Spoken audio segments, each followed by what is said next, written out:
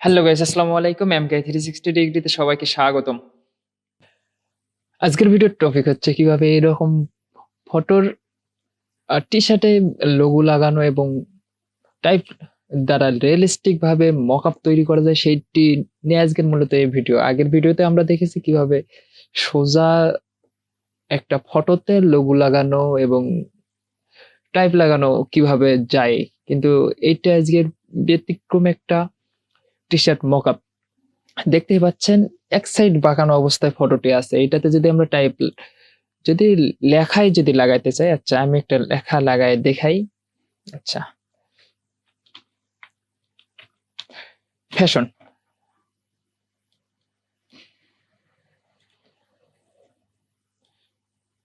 দেখতেই পাচ্ছেন এক সাইড বোঝাই যাচ্ছে যে কোন জায়গায় চলে গেছে। এটি আজকে রিয়েলিস্টিক ভাবে এটি কিভাবে ঠিক করা যায় সেটি আজকে দেখাবো।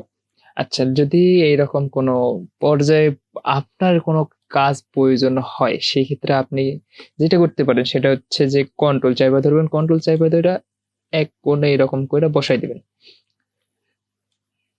তাহলে দেখতে পাবেন এক সাইড বাঁকা হয়ে গেছে। বাঁকা হয়ে যাওয়ার পর আপনার কাজ হবে এই জায়গায় আপনি ডাবল ক্লিক করে দিবেন।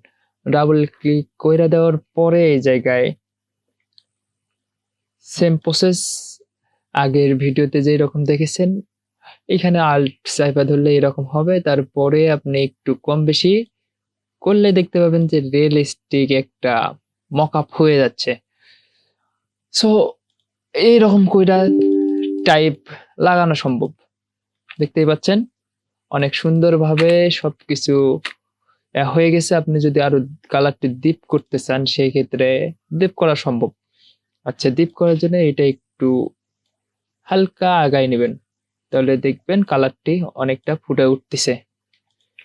দেখতে পাচ্ছেন। আচ্ছা, যদি সমস্যা হয় আমি নিচে নামাই দেখাচ্ছি কি সুন্দরভাবে মকআপটি ইউজ হয়ে গেছে। বিট সব জায়গায় দেখা যাচ্ছে যে কি রকম ভাবে জিনিসটি রিয়েলিস্টিক ভাবে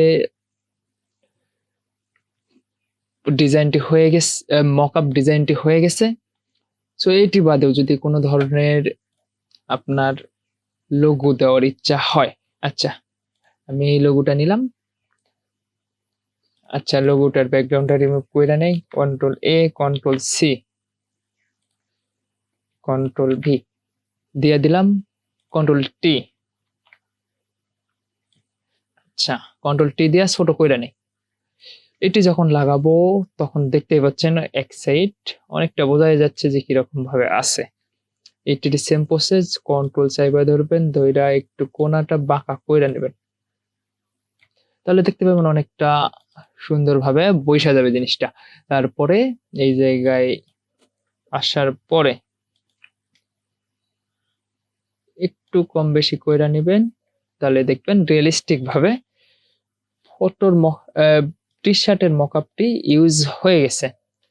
তো ভিডিওটি ভালো লেগে থাকলে একটা লাইক, একটা কমেন্ট, একটা শেয়ার করবেন এবং পাশে থাকবেন, তাহলে এরকম আরো ভিডিও পাবেন ইনশাল্লাহ।